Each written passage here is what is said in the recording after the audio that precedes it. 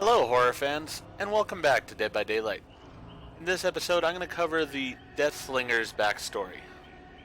Born in the dust-ridden badlands of the American Midwest, Caleb Quinn was the son of struggling Irish immigrants. On the edge of the frontier, sickness, famine, and death were common sights, and pioneers contended for whatever scraps they could claim while tycoons feasted.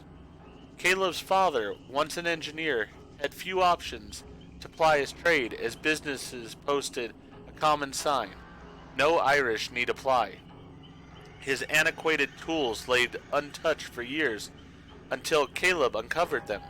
Noticing his son's interest in the trade, he gifted him his old wrench. The devices Caleb made under his father's guidance had quaint applications, but when his father was away, they took a grim turn.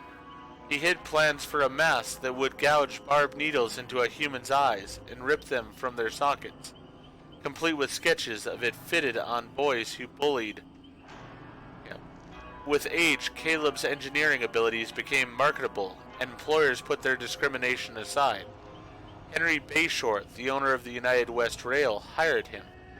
Caleb first invented a gun that shot a railroad spikes into the ground. Next, he made a steam-powered tunneling drill. But as Bayshore feigned indifference, the devices began turning up at other companies, the patents stolen from Caleb and sold. A familiar sensation coursed through Caleb's blood, feeding the sharp pain in his heart. Rage overwhelming him, he burst into Bayshore's office and smashed his face into a bloody stew. As he was pulled away, he pushed his specialized gun into his boss's gut and squeezed the trigger. A railroad spike plowed through skin and viscera, nailing Bayshore to his desk. The only thing that saved Caleb from hanging was Bayshore's unlikely survival. For 15 years, Caleb was confined to Hellshire Penitentiary, the nation's first private prison. In a fortress of illiterate convicts, he found an unlikely friend in the educated prison warden. He designed torture devices for him, and in return received extra meals. After a time, the warden offered to commute his sentence. He spoke of something greater than a monetary wealth, political capital, and that his connections could have Bayshore framed and rotting behind bars for life. He only had one request: make him rich, fill the prison, use ingenuity to bring outlaws in alive. Caleb returned to his workshop, and with a few modifications emerged with something new: the spear gun. The first trial occurred when a thief robbed a Chinese laundry. Seizing on the opportunity, Caleb unleashed his prototype. Metal joints screeched as the spike shot forward, gouging into the target's abdomen. But as the spear tugged it, caught the thief's intestines, and with an ungodly sound yanked them onto the dusty road. After several iterations, the disembowelments dwindled, but Caleb had already earned his new nickname, the Deathslinger.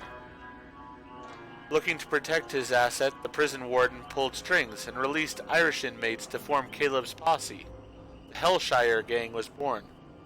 For 6 years they roamed the country, collecting wanted outlaws for the prison, fulfilling their end of the bargain. After a bloody battle at Glenville, Caleb caught notice of a newspaper headline: Henry Bayshore purchases Hellshire Penitentiary. In the picture, a disfigured Bayshore proudly shook the warden's hand. Caleb's heart pounded with rage, blood swelling as if it would burst from his veins. He'd been sold out, a pawn in a rich man's game. The Hellshire Gang pledged their loyalty to Caleb and called for the warden's head. In a thundering gallop, they smashed through the prison's entrance, shrieking like bloodthirsty marauders. A guard raised his pistol, but hesitated. A spear punctured his chest.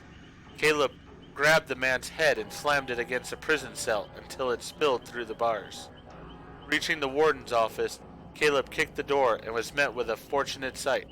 It wasn't only the prison warden who cowered in the corner, but Henry Bayshore. Overpowered with rage, Caleb rushed Bayshore, beating, bludgeoning, tearing at his flesh. The man's blood dripped from his face, crimson pooling at his feet. The Hellshire Gang swarmed the warden, snapping bones with each kick.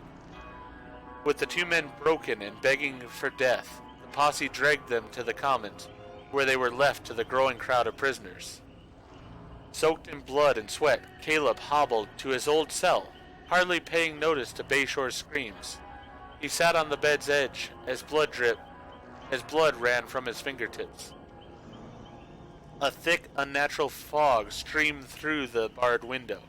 He pulled out his old wrench, cracked and rusted, and ran a thumb along the metal, regarding it with faded eyes. He couldn't remember when it came into his possession. He didn't care to remember. At his feet he saw a dusty path, and at its end, silhouettes of all who had done him wrong. The boys who bullied him, the executives who took advantage of him, and again, Henry Bayshore. Emerging from the fog were the tools to dispose of them, unforgiving steel hooks, brilliant and beautiful in their simplicity. Pain tore through his leg as he stood, but he endured, pushing onward, walking the dusty path, leaving a trail of blood flowing behind him. If you enjoyed the story, please go ahead and click that like button. If you've not already, please subscribe to the channel, click the bell icon, so that you're aware when I produce new videos in the future. Thank you. I hope to see you all in the fog.